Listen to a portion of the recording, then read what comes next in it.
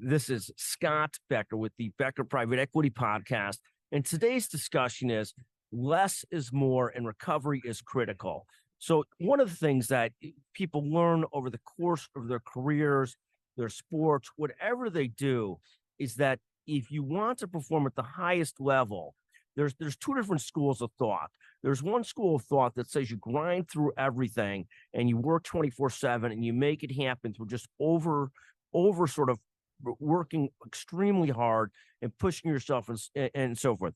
The other school of thought is you work hard, but you better find time for recovery, both physically and mentally, if you want to perform at your best. So today's discussion is less is more, recovery is critical.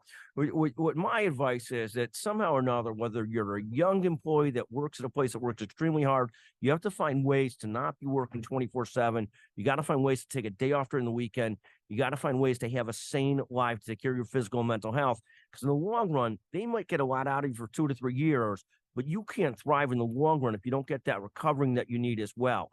And the same thing is true of every sport anybody ever plays.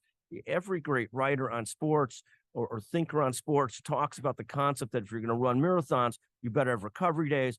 Whatever sport you're playing, the more I find that you take your days off, you're more likely to perform at the way that you want to perform. So this concept of less is more in business and sports, same thing in business.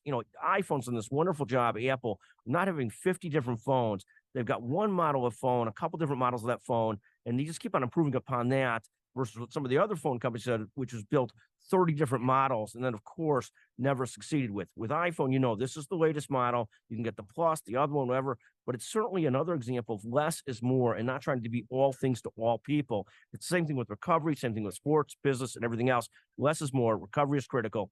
Thank you for listening to the Becker Private Equity Podcast.